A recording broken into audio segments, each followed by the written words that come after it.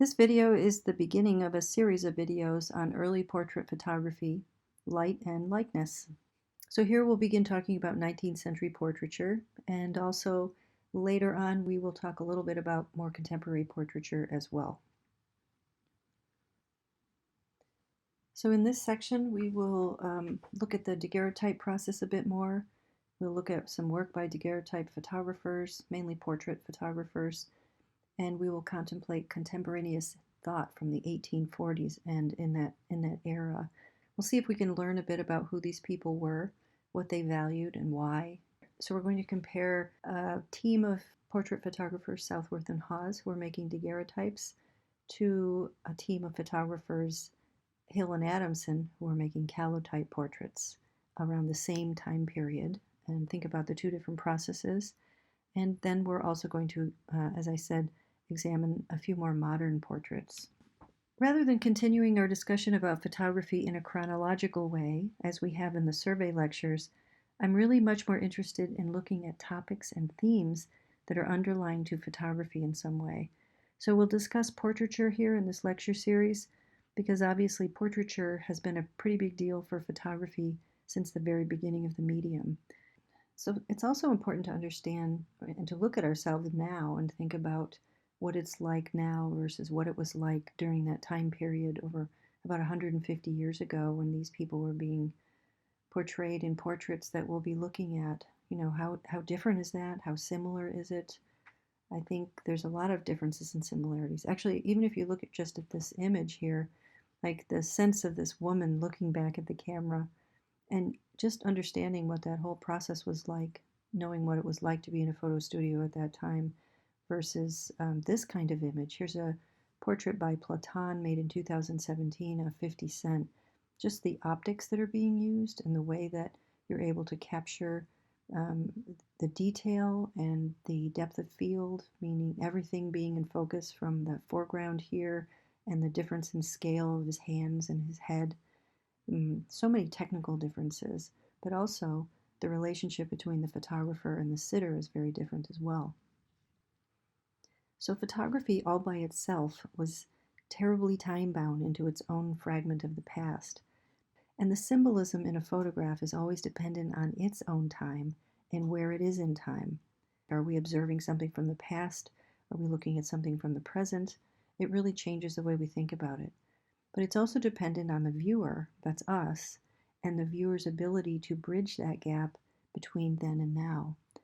When we confront a really good photograph, there's this simultaneous energy of you reaching back in time and the photographer hopefully projecting themselves forward in time. And what happens is this sort of meeting in the middle of a really good picture that can reach out to us somehow. And then us who can reach back towards the subject and the photographer who made it. And sometimes it works and sometimes it doesn't. All photographs are dependent on the drama that they bring to us, though. The actors, the plot, the whole set of circumstances that bring that picture to us. And I think that what we have to do is to bring ourselves to that drama and having in some situations that willful sense of belief that allows us to understand that the people that we're going to be looking at are people just like us. They're just like you and I. They're just as interested in as many things that we're interested in. They're trying to make a living. They're trying to do the things they want to do in life. They're capturing imagery of themselves. They're preserving images of themselves to share with their family and friends. So I'd like to talk about the difficulty that we as 21st century people have understanding the novelty of what photographs meant in the 19th century. The average 19th century person had seen pictures before, and so one of the things that we have to recognize is how different our world is today. As we've all grown up completely surrounded by photographs of ourselves, especially if you're lucky enough to be the first child, you probably have more pictures than anyone in your family. It's our ability to understand that this was a novel thing in 1840 and 1845, because paintings and drawings were mainly how people used to see portraits. And those were pictures of people who had money and power and influence. So most earlier portraits were not pictures of everyday people like you and I. They were pictures of people who thought that they belonged in the world in a greater sense, and they had the means to make the portraits for it. So photography comes along and democratizes that in a very substantial way, And that's a really big part of what we're looking at here. It was really this idea that these daguerreotype images, for the first time, held in the palm of your hand, these tiny images, like you guys have seen, these daguerreotypes, allowed people to see what others in the world were like. Try to imagine, if you can, what your world might be like if the first picture that you ever saw of yourself was an image that you saw of yourself today. You saw your face, your hairstyle, your clothing, everything from right now. And just imagine what that would be like if you'd never seen it before. And we, the people of the 21st century, often look back at the people of the 20th century and we kind of laugh at them, right? We're different. We're so different than they are because they're kind of funny looking, maybe, in the pictures. They certainly look different than we do. They dress kind of oddly or differently. They look kind of, I guess you could say, boring or stiff or unpleasant or serious. Not nearly as much fun as we are, right? Not as stylish, not as involved in ideas of contemporary thought as we are. But of course, it's really quite the contrary. Really, these are people who live in the world which is not a whole lot different than the world that we live in. They're the same sort of people that we are, and they want the same sort of things that we want, as I've just kind of mentioned. But it is difficult sometimes when we look at these pictures to really grasp that idea. So I'm asking you to just take a step back and try to do that. So as we look at the portrait, one of the objectives is to answer some important questions about dealing with portraits. What makes a good portrait? What makes a good photo portrait? Is it the technology of photography, or is it something else that makes it good? And also, is that answer different today than it was in 1845? So I think perhaps one of the answers is that there's a ubiquity to photography in our lives that allows us to have as many pictures as we want of someone, whereas in their time, they only had maybe one image of themselves, or maybe two photographs to represent their entire life. So I'll also try to answer these questions in my video lectures. Why was photography such a sensation? And also, why was it so popular here in America? Also, what happens to the calotype, or the paper negative, paper positive process, and what are the differences between it and the daguerreotype? So it's kind of fascinating that these two processes arise almost at the exact same time. It really wasn't until Fox Talbot heard about Daguerre's process, he said, wait a second, I've been doing something pretty much exactly like that, but how can I get this out there? And he figured out this mechanism of doing it. And so in between these two processes, the daguerreotype and its incredible detail, but only one of a kind image, and then the calotype with its not so great details, but the ability to reproduce the image in multiples, it really sums up photography of the time. So a question that I think is worth answering at this point is, why photographic portraits? What is it about photographs that means so much in portraiture? So when we ask the question about what is it about a photographic portrait that means so much to us, I suppose a good place to start is with an image that we've already looked at. Remember this painted image by Jan van Eyck? It was made in 1434. It was a portrait that Giovanni Arnolfini commissioned to have Van Eyck make of he and his wife, and it's one that we used to describe some of the sense of realism that was beginning to happen as painters began to use optical methods to make their paintings. So the camera obscura helped to make the drawing seem like it's realistic physical space.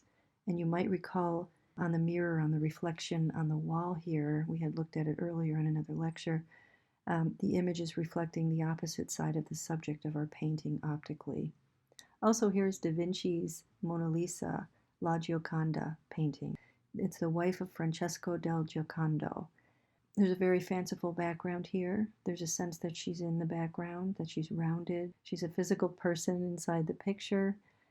But the point here really is, of course, is that these people, these three individuals that we see on the screen here in paintings, were people who were notable in some way. They came from good families, they had a lot of money, or they had both, or they had some influence. So these were people with resources, or they were people with some sort of nobility about them. A partial solution to that was a miniature portrait, which was produced by the tens of thousands between the 1500s and the 1800s. Long before photography began to glimmer as a possibility, these miniature portraits, maybe 2 or 3 inches tall, were painted by the thousands of people who were not quite as wealthy as people who were the subjects of major paintings. There were also some technical advances in the late 1840s that made portraits possible. The biggest was the Voigtlander lens that transmitted 20 times more light than previous lens designs. So it let more light into the camera than previous designs, and therefore exposures could be reduced substantially. Another thing that happened was the addition of other halogens. They were discovering other salts of silver to add to these plates, and this allowed exposure times to be reduced to 10 to 60 seconds rather than minutes, which is quite good. 10 to 60 seconds is still a long time, but it was short enough to ask people to sit for a portrait. So this part makes portraits possible. The lens plus the new silver halogens, these are again more change agents that help propel photography forward in a particular direction. So what those types of things allowed was a lot of pictures of people of any sort. It didn't matter if you were wealthy and powerful or if you were just an average person. So an average person who somehow wanted to have a picture of themselves made, or in this case, here's a picture of their entire family. So thinking about the daguerreotype process, there was a new division of labor that started with this whole industry of daguerreotype making. So people were making these skylit studios, and you can see this has got a big skylight on the top where they can kind of control the way the light comes through with probably pieces of fabric or different things. Someone was a plate maker, person who created the plates to be printed on. There was a plate fumer who fumed the plates. There were people who were just posing the subjects, clamping their head into place, making sure they didn't move when they were sitting for the photograph. There were people who were lighting technicians.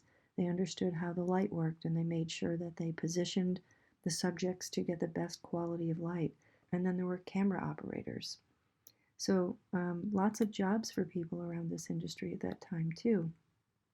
So thousands of people wanted to be daguerreotyped. People claimed that what they really wanted was to have their likeness made. And daguerreotype portraiture became big business very quickly.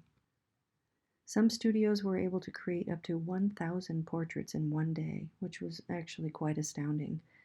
If we think about a single picture with this cumbersome process, 1,000 images in a day is really remarkable.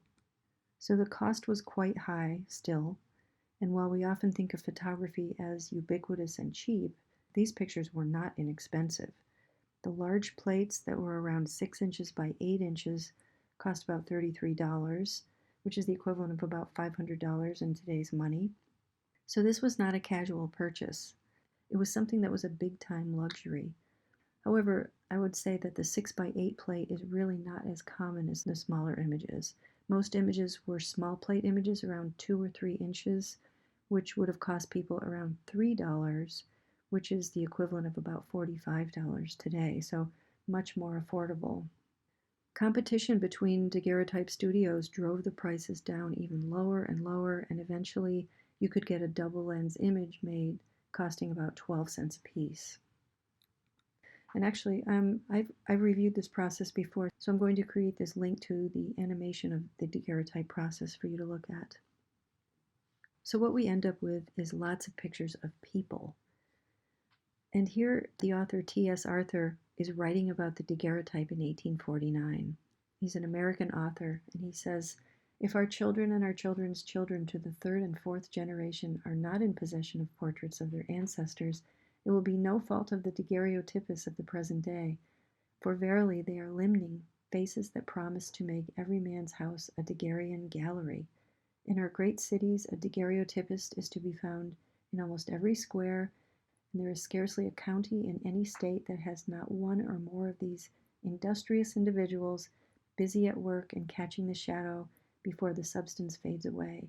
It's hard to find that man who has not the shadowy face of his wife and children done up in purple morocco and velvet, wearing their best clothing, together or singly among his household treasures." On a side note, limners are untrained artists who choose to make portraits through self-taught skills.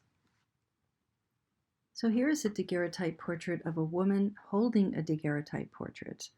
And I guess we can only guess because the subject is unknown. We're not sure who the photographer was here.